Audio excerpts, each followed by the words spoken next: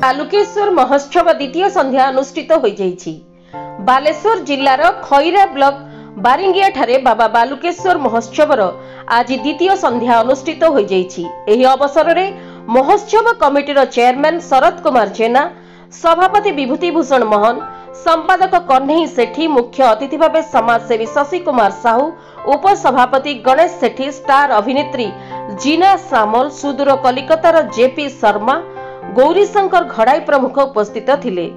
बाबा बालुकेश्वर महोत्सव उद्घाटन संध्या 9 तारिख रे आरंभ होई 12 तारिख रे शेष हेबा नै कमिटी पक्षरु निष्पत्ति निया जाइछि। एही बाबा बालुकेश्वर महोत्सव रे दर्शक मानकु आकृष्ट करिवा पई विभिन्न मनोरंजन यथा छऊ, संबलपुरी नृत्य, राजस्थानी चूड़ी, बेडशीट, मीठा पानर पसरा खोलिछि। एथि सहित नृत्य संगीत सह ओलिउड कलाकार मानकु नेई विभिन्न सांस्कृतिक कार्यक्रम अनुष्ठित होइछि।